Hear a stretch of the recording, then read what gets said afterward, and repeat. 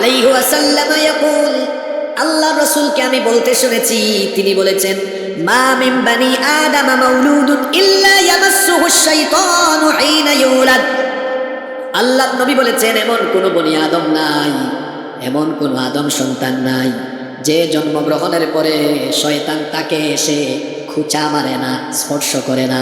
তার মানে প্রত্যেকটি শিশু মায়ের উদর থেকে বের হলে তাকে এসে যে খুঁচাখুচি করে গুতা মারে, তার নাম হলো, জোরে বলেন, তার নাম কি? শয়তান। ওই যে শয়তান এসেই খুঁচা মারে, গুতা মারে, এটাই মাসুম বাচ্চা সহ্য করতে পারে না, এই জন্যই সে কেঁদে উঠে। এটা আমার কথা নয়, বলেছেন মুহাম্মদ সাল্লাল্লাহু। তাহলে ইবলিস আপনাদের সাথে দুশ্মনী শুরু করেছে কোন দিন? আপনার জন্ম হয়েছে যেই দিন তার দুশ্মনী শুরু হয়েছে, আর আজকে থেমে গেছে মনে হয়। জোরে বলেন, থেমে গেছে? তার দুশ্মনী চলছে। সে অনেক কাজ আপনাকে দিয়ে করাতে চায়, তবে দৈনিক এই 12টা কাজ আপনারে দিয়ে সে করাতেই চায়। হয়তোবা নফসের তাড়নায় আপনি ফাঁদে পা দিয়ে ফেলেছেন। যদি এমনটা হয়, আজকেই এখানে তওবা করে তারপরে আজকে জীবন পরিবর্তনের সিদ্ধান্ত নিয়ে আমরা বাড়ি যাব ইনশাআল্লাহ। আর আজে বাজে কথা নয়, শুরু করছি পয়েন্টগুলো। কয়টা পয়েন্টের উপর কথা বলবো? 12টা। কয়টা? যে 12টা কাজে শয়তান খুশি। 1, আপনাকে যদি সাজদা দেওয়া থেকে শয়তান কোন রকমে ফিরাই আনতে পারে, শয়তান সব চাইতে।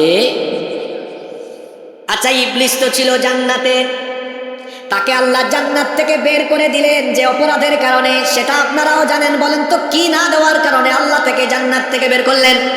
হ্যাঁ, জোরে বলেন। কয়টা? কয়টা সাজদা? একটা সাজদা না দেওয়ার কারণে ইবলিসকে আল্লাহ জান্নাত থেকে বের করে দিলেন। এই জন্য মুসলিম শরীফে হাদিস এসেছে, আল্লাহর নবী বলেছেন, শয়তান কাউকে সাজদা দিতে দেখলে সে তখন আফসোস করে বলে, ইয়া ওয়াইলি। শয়তান যখন কোনো মুসল্লিকে দেখলেই, শয়তান যখন দেখে কোনো মুসল্লি আল্লাহকে সাজদা দিচ্ছে, এটা দেখলেই বলে, ইয়া ওয়াইলি, হায় আমার দুর্ভাগ্য। উমির ইবনু আদম বিসসুজুদ, উমির ইবনু আদম বিসসুজুদ ফাসাজাদা ফালাহুল জান্নাহ। আদম সন্তানকে সাজদার আদেশ দেওয়া হলো, আর সে কি সুন্দর সাজদা দিচ্ছে, এর কারণে আল্লাহর জান্নাত তার জন্য নির্ধারিত হয়ে যাচ্ছে। সুবহানাল্লাহ। তখন সে আফসোস করে বলে, ও উমিরতু বিসসুজুদ, এইরকম আমাকেও একবার সাজদা দেওয়ার আদেশ করা হয়েছিল, কিন্তু ফাআবাইতু, আমি তাও মান্য করেছিলাম। ফালিন্নার, এই জন্য আমার জন্য জাহান্নাম চিরস্থায়ী ঠিকানা হয়ে গেল। একটা সাজদা না দেওয়ার ফলে আল্লাহ ইবলিসকে জান্নাত থেকে বের করে দিলেন। যেই দিন ইবলিস জান্নাত থেকে বের হয়েছিল, সেই দিন থেকে ইবলিসও ওয়াদা করেছে, আমি যেহেতু সাজদা না দেওয়ার অপরাধে জাহান্নামী হলাম, আমিও আদমের সন্তানদেরকে সাজদা দিতে দেওয়াবো না, সাজদা থেকে নিষেধ করব। এই জন্যই শয়তান এসে আপনার নামাজের টাইমে খুঁচাখুচি করে, কি করে আপনাকে নামাজ থেকে দূরে রাখতে পারে? কারণ আপনি যেন দৈনন্দিন 5 বার আল্লাহকে সাজদা দিতে পারেন, এই জন্য 5 বার শিডিউল করে নামাজের 5টা ওয়াক্ত বানিয়ে দিয়েছেন কে?